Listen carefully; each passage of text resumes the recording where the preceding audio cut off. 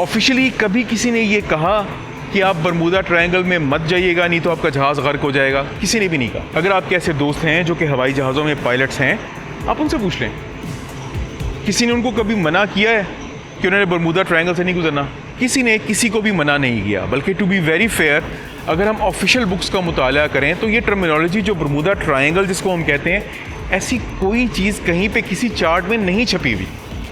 मैं अगर आपको अपने चार्ट्स दिखाऊं, हमारे जहाज़ के चार्ट्स जिन पे हम चलते हैं, वहाँ पर बरमूदा ट्रायंगल नाम की कोई ट्रायंगल मौजूद नहीं है, क्योंकि असल में कोई ऐसी चीज़ नहीं है। It is just a normal part of the world जहाँ पे आप कभी भी किसी भी वक्त कहीं पे भी जा सकते हैं। और अगर हम अमेरिकन की बात करें तो वो तो यहाँ पर रिक्रिएशन के लिए भी आते हैं, कोई ख़ास बात नहीं है।